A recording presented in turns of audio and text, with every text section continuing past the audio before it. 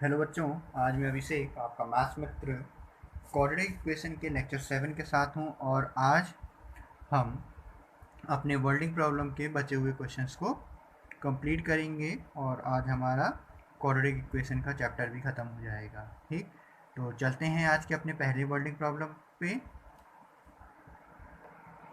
तो ये रहा बेटा हमारा आज का पहला question.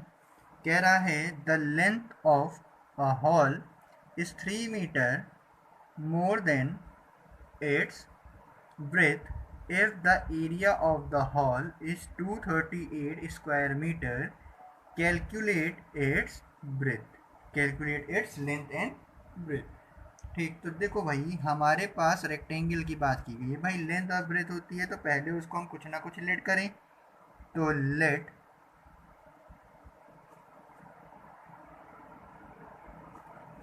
The length and breadth of the rectangle be L and B respectively। ठीक, हमने रेक्टेंगल के लेंथ और ब्रेथ को हमने क्या कर लिया, एज्यूम कर लिया है कि ये लेंथ L है और ब्रेथ B है। ठीक, अब क्वेश्चन के अकॉर्डिंग हम अपनी इक्वेशंस को क्रिएट करते हैं। तो क्वेश्चन कह रहा है the length of a hall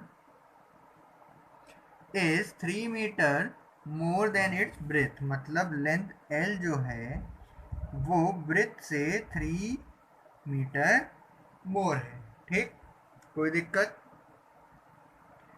और कह रहा है कि जो एरिया है हॉल का वो कितना है, 238 स्क्वायर मीटर। तो area of rectangular hall is equals to L into B.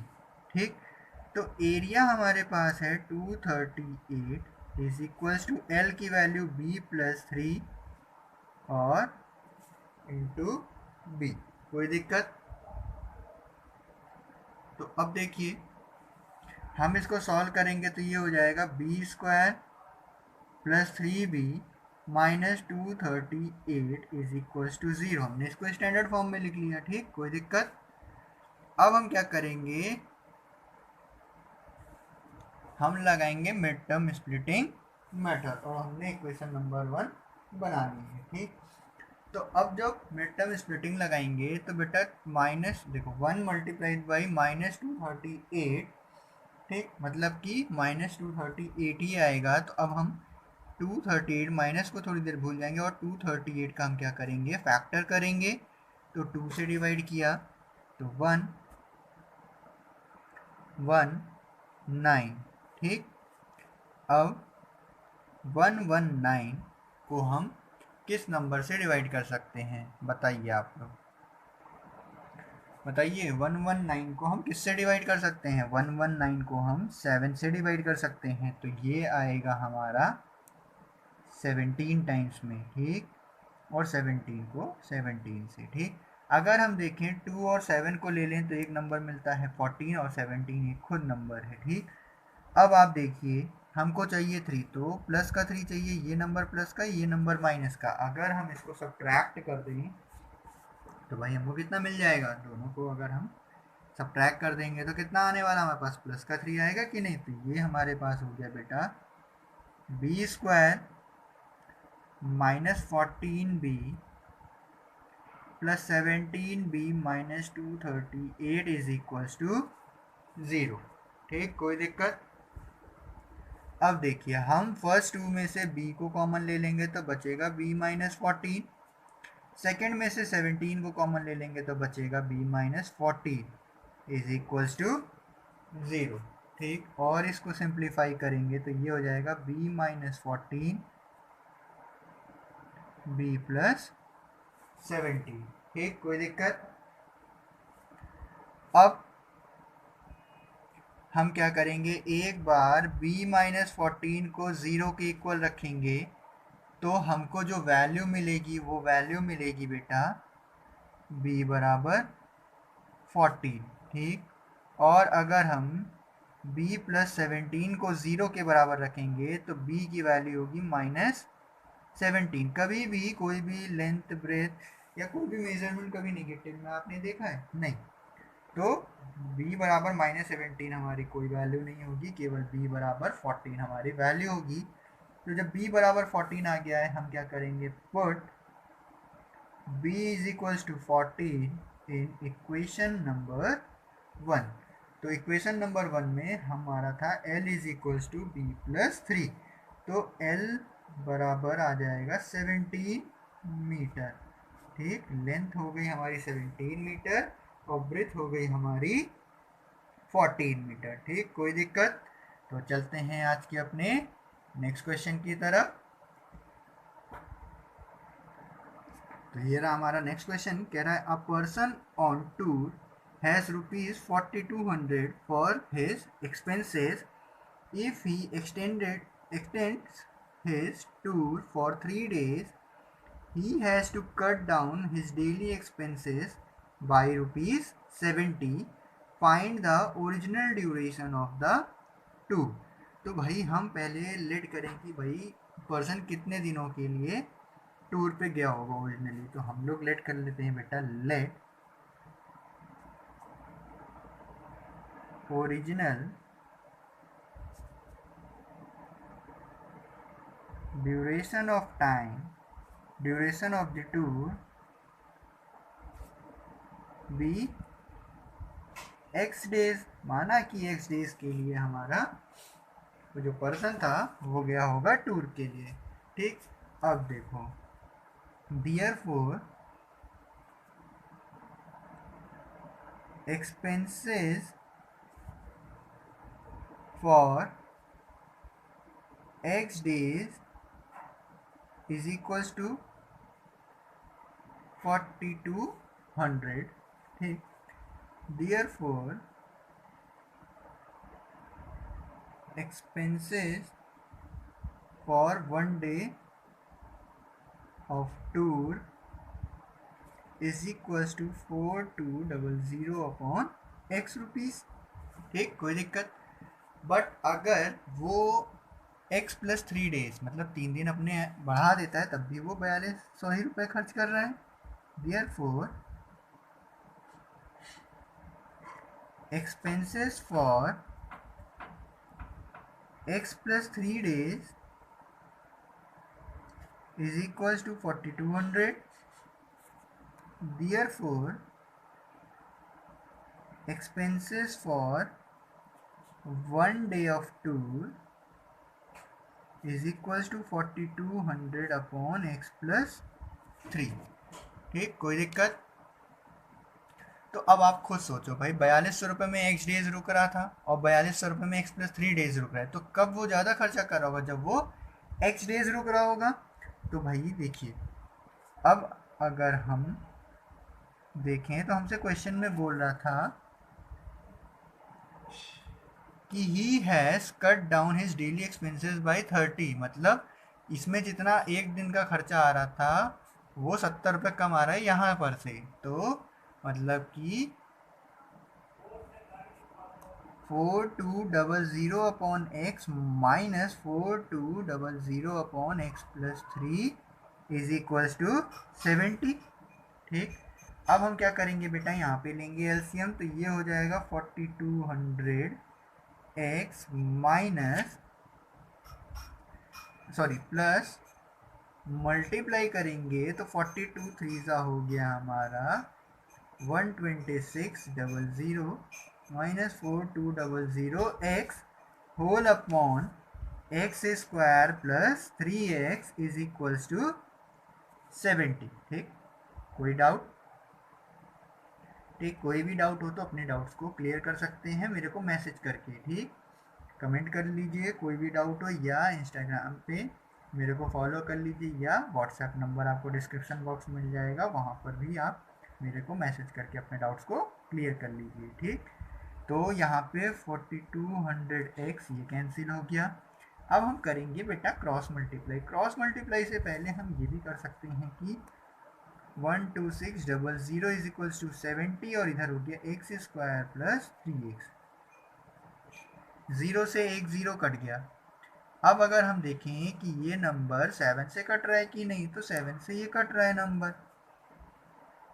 1 बार में 7, 5 बच्चा 56, 8 टाइम्स में मतलब 180 मीन्स ये कुछ इक्वेशन कुछ आ गई एक्स स्क्वायर प्लस 3x। ठीक, अब जब इसको हम और सिंप्लीफाई करेंगे तो ये आ जाएगी X square plus 3x minus 180 is equals to 0।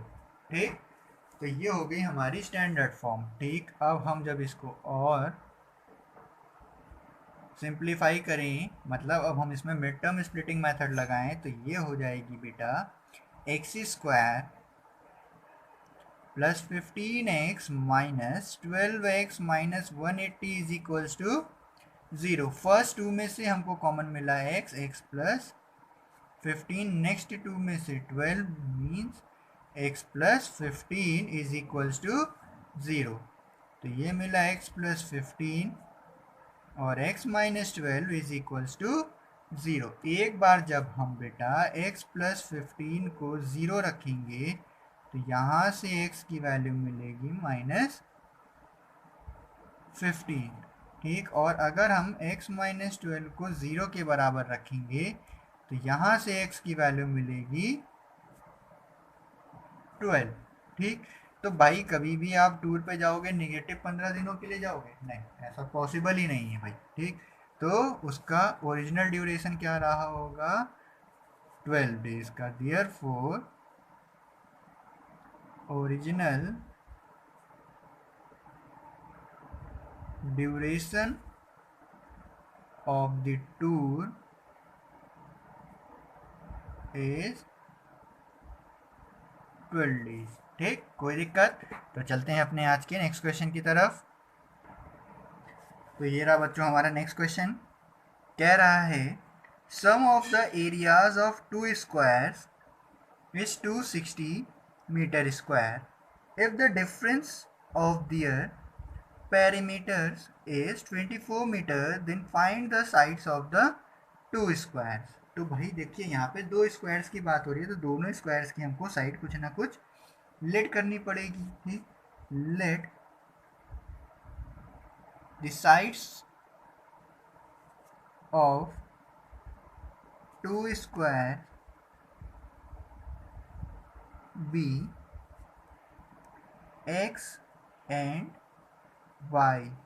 ठीक, हमारे पास दो स्क्वायर्स हैं, उनकी साइड्स x एंड y मान ली। ठीक, मान लो also let x greater than y, हमने x को ग्रेटर देन y माना। तो अब देखो भाई, अकॉर्डिंग टू क्वेश्चन हमसे कह रहा है कि दोनों एरियाज के जो सम हैं, दोनों स्क्वायर के एरिया का जो सम है वो 260 है। Means X square plus Y square की जो वैल्यू है बेटा वो 260 है। कोई दिक्कत? Equation number 1। और दोनों के पैरामीटर्स का जो डिफरेंस है वो है 24। ठीक, इसको अगर हम और सॉल्व करें तो x माइनस वाई बराबर हमको मिल जाएगा बेटा 6। ठीक, कोई दिक्कत? और हम यहाँ से क्या कर सकते हैं, x की वैल्यू निकाल लें इन टर्म्स ऑफ y। तो ये हमारी बन गई सेकेंड इक्वेशन। हम क्या करेंगे, सेकेंड इक्वेशन को पुट कर देंगे फर्स्ट इक्वेशन में। पुट इक्वेशन 2 इन 1। ठीक, अब हम जाके रखेंगे तो ये हो जाएगा 6 प्लस वाई का whole square plus Y square बराबर 260। ठीक, ये हो जाएगा 36 plus Y square plus 12y plus Y square is equals to 260। इसको सॉल्व करने पे आएगा 2y square plus 12y minus 224 is equals to 0। ठीक, कोई दिक्कत। अब अगर हम यहाँ से 2 को पूरी इक्वेशन से कॉमन ले लेंगे तो मिलेगा Y square plus 6y minus 112 is equals to 0। ठीक, कोई दिक्कत। अब हम क्या करेंगे, यहाँ पे मिड टर्म स्प्लिटिंग मेथड का यूज़ करेंगे। ठीक, तो उसमें हम क्या करेंगे, वाई स्क्वायर का कोफिशिएंट जो है वो है 1, उसको मल्टीप्लाई करेंगे माइनस 112 से, तो माइनस 112 भी आएगा, तो माइनस को हम थोड़ी देर के लिए बेटा निगलेक्ट कर देंगे। तो 112 का हम करेंगे फैक्टर 2 से, तो ये हो गया बेटा 66, 2 से 33, 3 से 11 और 11। ठीक, कोई दिक्कत। तो आप यहाँ पे देखो, हाँ, तो यहाँ पे हमारे जो दो नंबर अगर आप यहाँ पे देखें कि 2 और 11 का मल्टीप्लाई 22,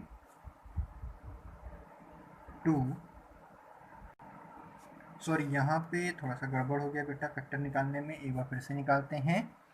112 डिवाइडेड बाई 2 5 6, फिर 2 से गया 2 8, फिर 2 से 14 7, ठीक, फिर 7 से। ठीक, तो अब यहाँ पे जो हमारा नंबर बनेगा वो नंबर हो जाएगा एक 14 और ये 3 8, मतलब 8 और 14। ठीक, हमको प्लस का चाहिए तो प्लस का नंबर बड़ा, माइनस का नंबर छोटा। ठीक, हम देख रहे हैं इनके बीच का डिफरेंस जो है वो 6 का है। ठीक, तो अब जब हम इसको सेपरेट करेंगे तो ये हो जाएगा वाई स्क्वायर माइनस का 8y प्लस का 14y minus 112 is equals to 0। ठीक, अब फर्स्ट 2 में से हमारा कॉमन आएगा y, तो आया y माइनस 8 प्लस 14 कॉमन आया नेक्स्ट 2 में से, तो y minus 8 is equals to 0। तो ये बचा y माइनस 8 और y plus 14 is equals to 0। ठीक, तो विच इम्प्लाइज दैट अगर हम y माइनस 8 को 0 के बराबर रखें तो हमारी वैल्यू आ जाएगी y बराबर 8।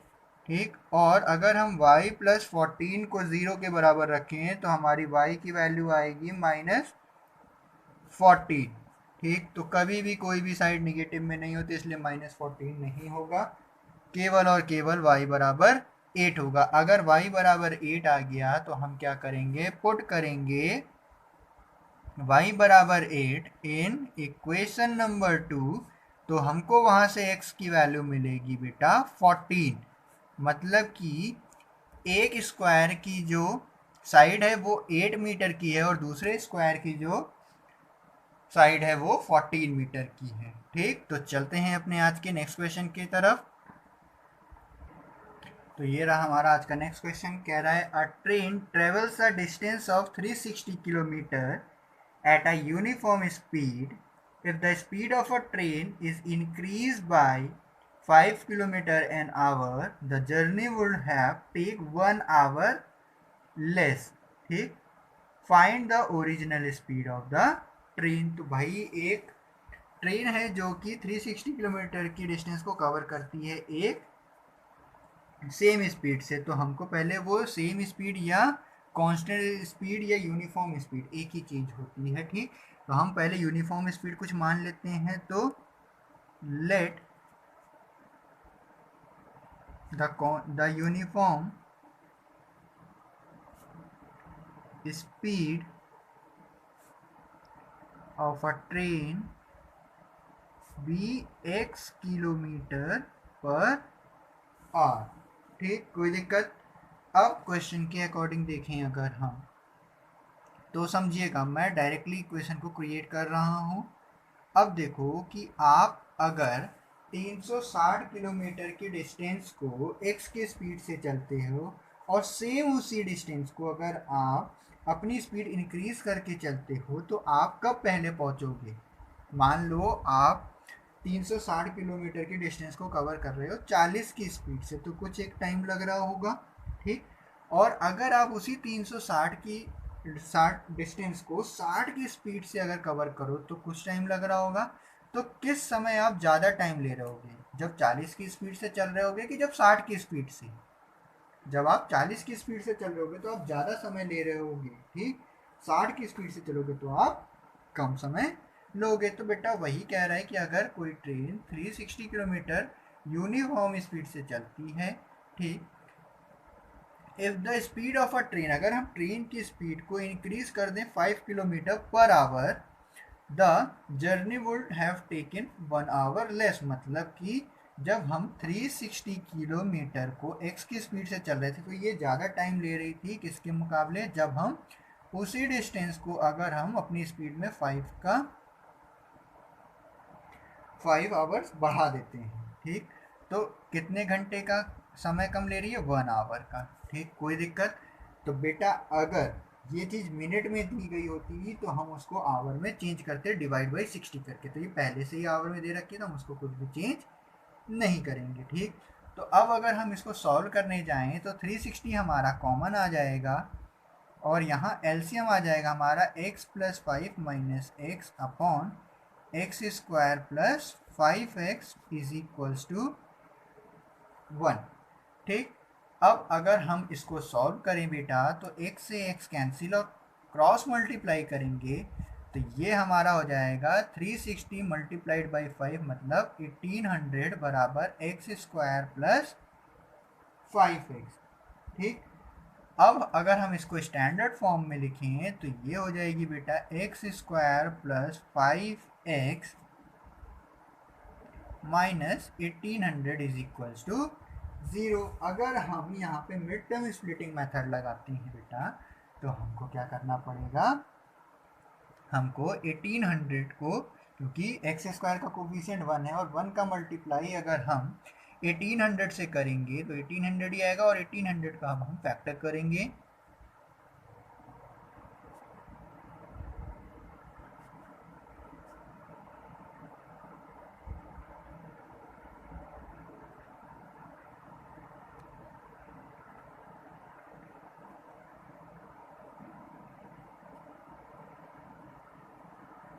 ठीक। तो ये हमारे फैक्टर आ गए हैं। अब हम इनके थ्रू दो नंबर क्रिएट करेंगे। तो यहाँ से हमारे जो दो नंबर आ सकते हैं वो आएंगे 45 और 40। तो हमको प्लस का नंबर चाहिए तो बड़ा वाला नंबर प्लस का, छोटा वाला नंबर माइनस का, ठीक। तो यहाँ पे हो जाएगा बेटा x square plus 45x minus 40x minus 1800 बराबर 0। फर्स्ट टू में से हमारा x कॉमन आया, बचा x प्लस 45 माइनस 40 कॉमन आया, बचा x plus 45 is equals to 0, ठीक। और इसको सिंप्लीफाई करने पे आया x प्लस 45 और x minus 40 is equals to 0, ठीक। अब हम क्या करेंगे, अगर हम x प्लस 45 को 0 के बराबर रखें तो हमारी x की वैल्यू आ जाएगी माइनस 45। क्या कभी हम माइनस की स्पीड में चलते हैं, नहीं, ठीक। और अगर हम x माइनस 40 को 0 के बराबर रखें तो हमारी x की वैल्यू आएगी 40। मतलब कि जो स्पीड ऑफ अ ट्रेन है, therefore uniform speed of a train is 40 kilometre per hour, ठीक। कोई दिक्कत? तो आपको ये समझ में आया होगा क्वेश्चन। तो हम चलते हैं अपने आज की नेक्स्ट क्वेश्चन की तरफ। तो ये रहा बेटा हमारा नेक्स्ट क्वेश्चन, कह रहा है ए takes 6 days less than the time taken by B to finish a piece of work. If both A and B together can finish it in 4 days, find the time taken by B to finish the work. तो हम बेटा क्या करते हैं, हम पहले तो देखें कि ये है क्वेश्चन टाइम एंड वर्क का। टाइम एंड वर्क का क्वेश्चन है तो हमको ये देखना है कि यहाँ पे कितने लोग काम को कर रहे हैं। तो यहाँ पे जो बात हो रही है इसमें दो लोग काम कर रहे हैं, एक ए है और एक बी। तो इन दोनों का, ये दोनों अलोन अकेले अकेले कितने दिनों में काम को ख़त्म कर सकते हैं, वो चीज़ हमको कुछ ना कुछ लेट करनी पड़ेगी। तो हम लेट कर लेते हैं उस चीज़ को। Let A and B can alone complete a piece of work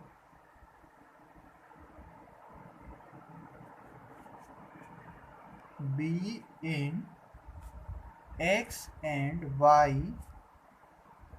days respectively।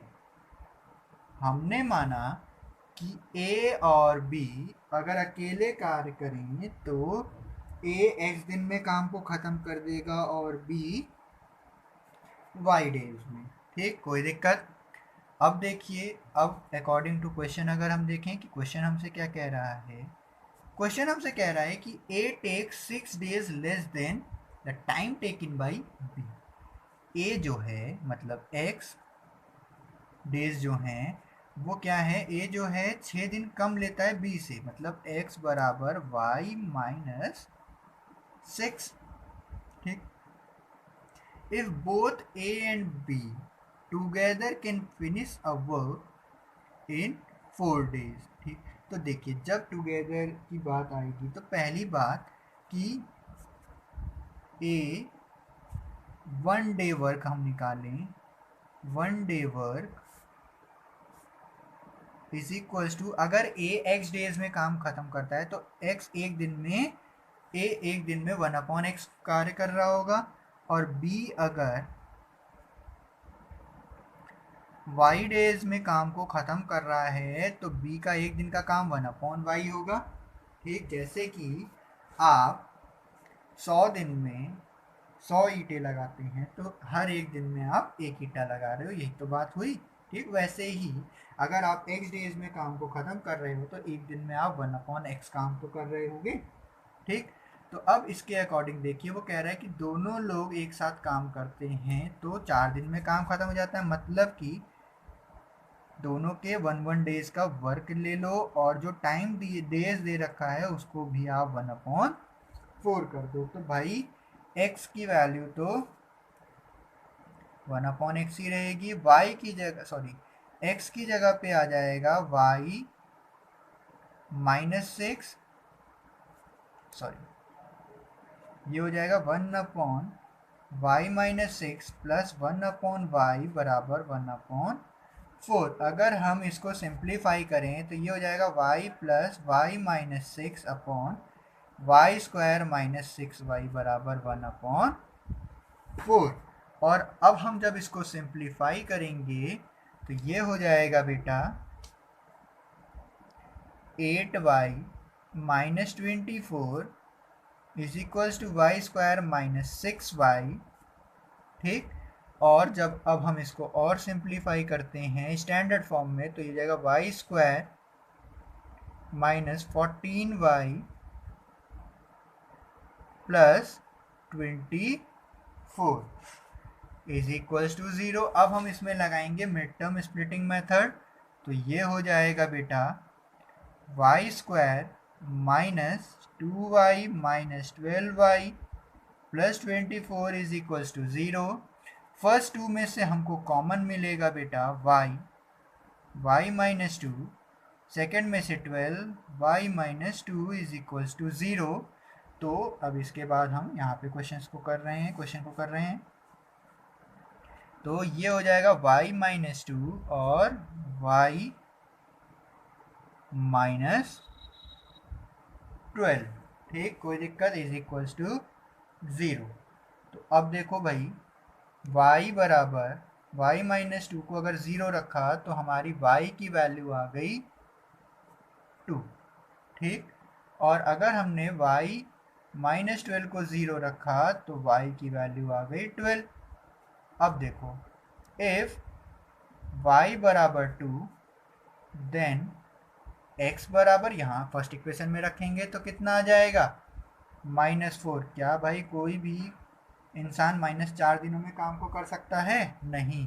तो y बराबर 2 हमारा आंसर नहीं होगा, y बराबर 12 हमारा आंसर होगा। तो अगर हम इफ y बराबर 12 तो हमारा x बराबर आ जाएगा बेटा 6।